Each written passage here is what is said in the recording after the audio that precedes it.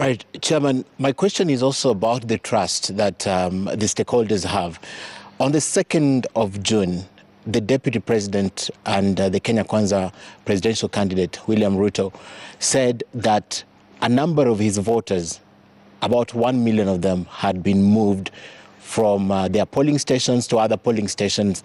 And in fact, the IEBC confirmed weeks later by even gazetting those places that they perceived the votes to have been moved, although you scale down the numbers from the 1.1 million. The question is this is a player in this election. How did the team for Deputy President William Ruto know that his voters, not just voters being moved, said his supporters have been moved from one location to the other? This was before the KPMG report. This was before even you spoke about the register. How did they know this happened, Chairman?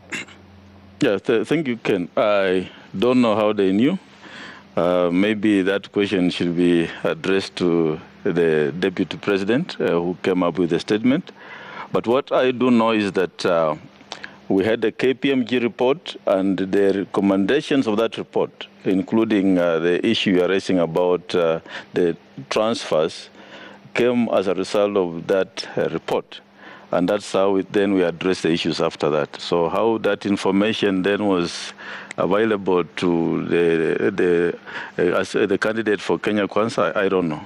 But then, Chairman, yeah. The problem with this is this. This is a candidate in this election. You don't know how they knew.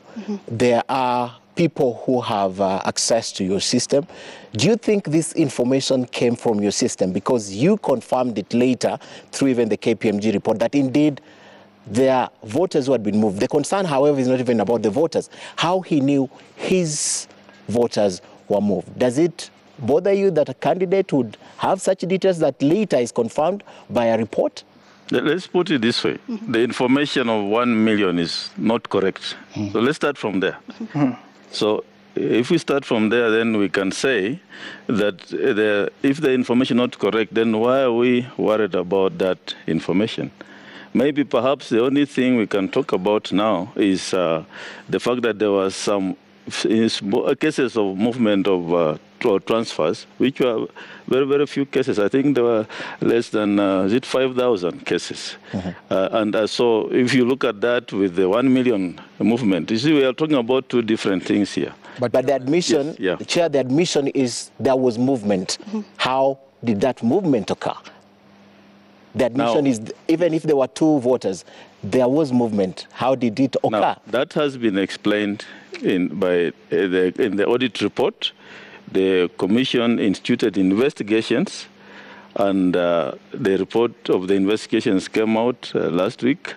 5 officers of the Commission then were involved in that issue, and the file has since been taken to the DPP for further investigation and prosecution.